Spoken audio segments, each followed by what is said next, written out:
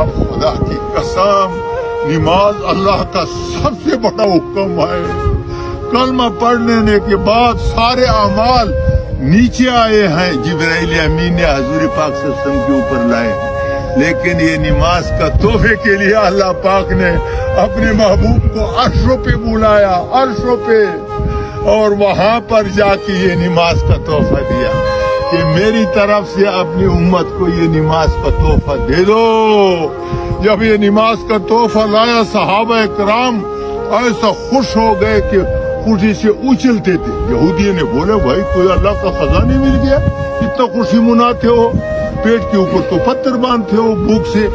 بولتا ہے اللہ کے خزانے نہیں ملے، اللہ کی خزانوں کا چابی مل گئی، اللہ کے خزانوں کی چابی مل گئی.